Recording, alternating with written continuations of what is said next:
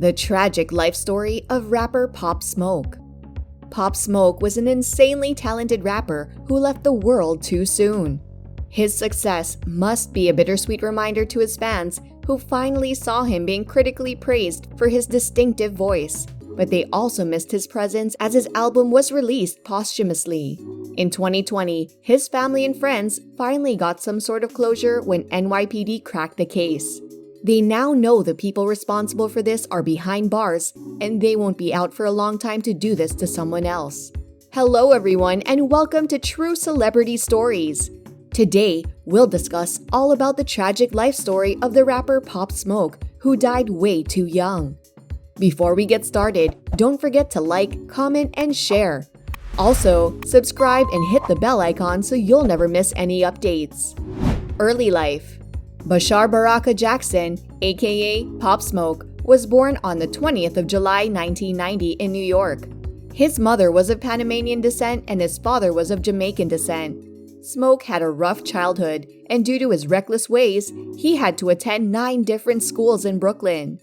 When he was in the 8th grade, Bashar brought a gun to school and he got expelled.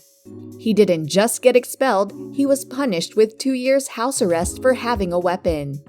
Since childhood, Jackson was inclined towards music. He used to play African drums in church. While he was growing up, he also started taking interest in basketball and was playing it in his high school.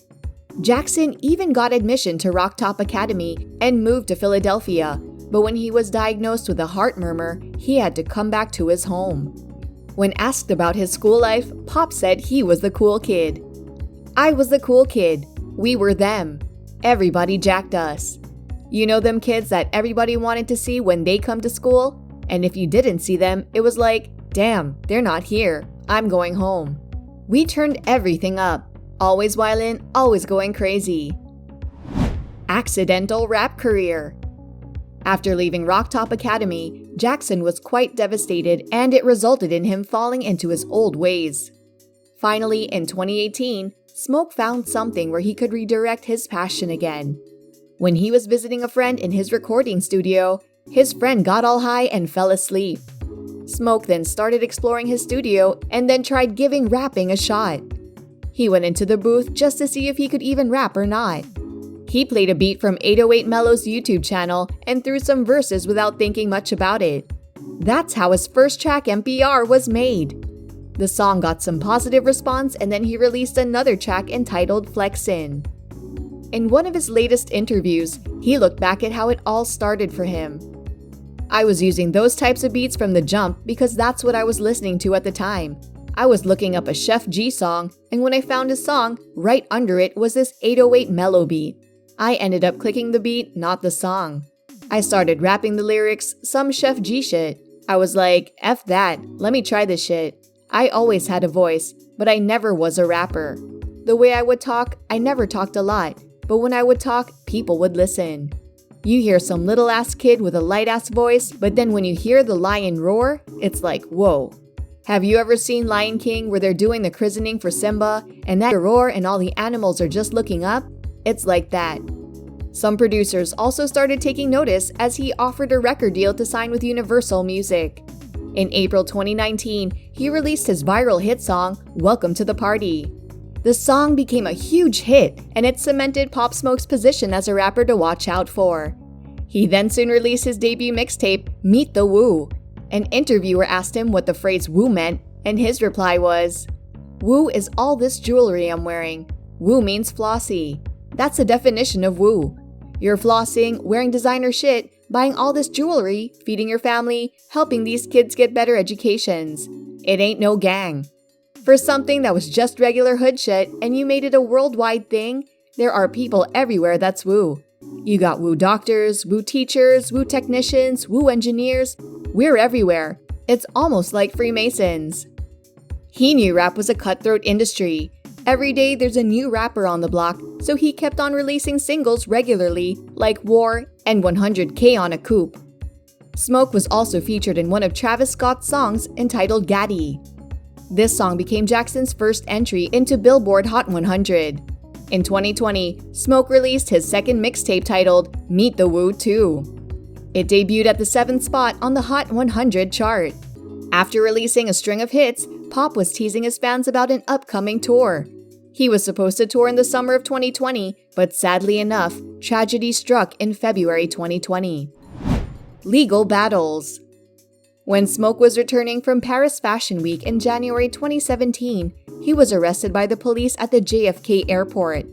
A man has alleged that Smoke has taken a Rolls-Royce worth $375,000 from him on the promise that he would only use it for a shoot and would return it the next day. The police finally recovered that car from Smoke's mother's house and arrested him on a grand theft auto charge.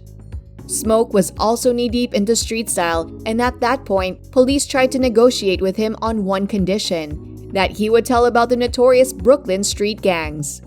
They even inquired him about a non-fatal shooting that happened in Brooklyn in 2019. He denied having any connections with it. The police had a video of him reversing his vehicle near the shooting spot, so they kept on pestering. But he didn't budge and didn't give them anything. Soon, the police realized that he wouldn't give them anything, so they charged him with a $250,000 bond and made him sign a deal that he would not be in contact with any gang member.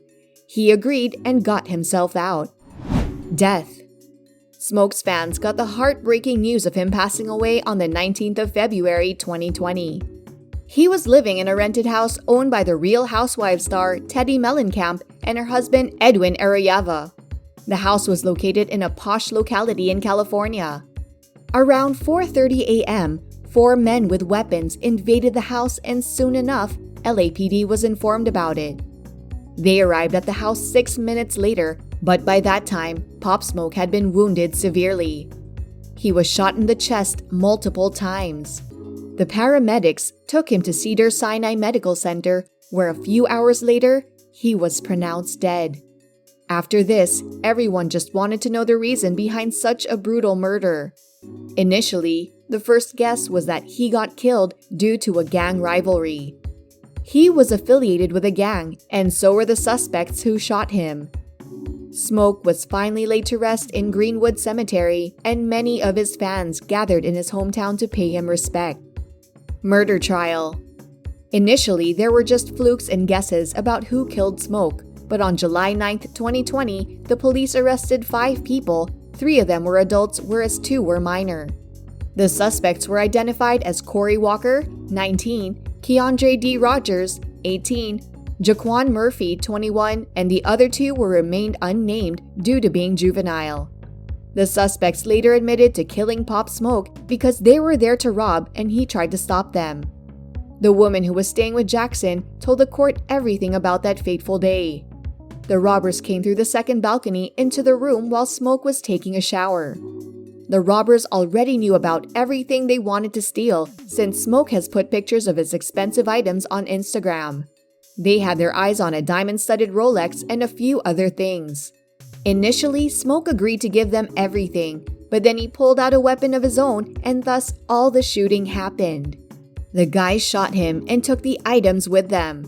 The minor told the judge that he was the one who shot him for the Rolex, which eventually got sold for $2,000. Pop's parents know their son can't be brought back, but they're doing everything in their power to make sure the government takes notice of gun violence. In an ad to Aware about gun violence, they said, "On February 19 at 4 a.m., a gun was used to take my son from me. You know him as Pop Smoke. We call him Shar. Because of gun violence, I'll never see my son run up the front of our steps, taking them 2 at a time.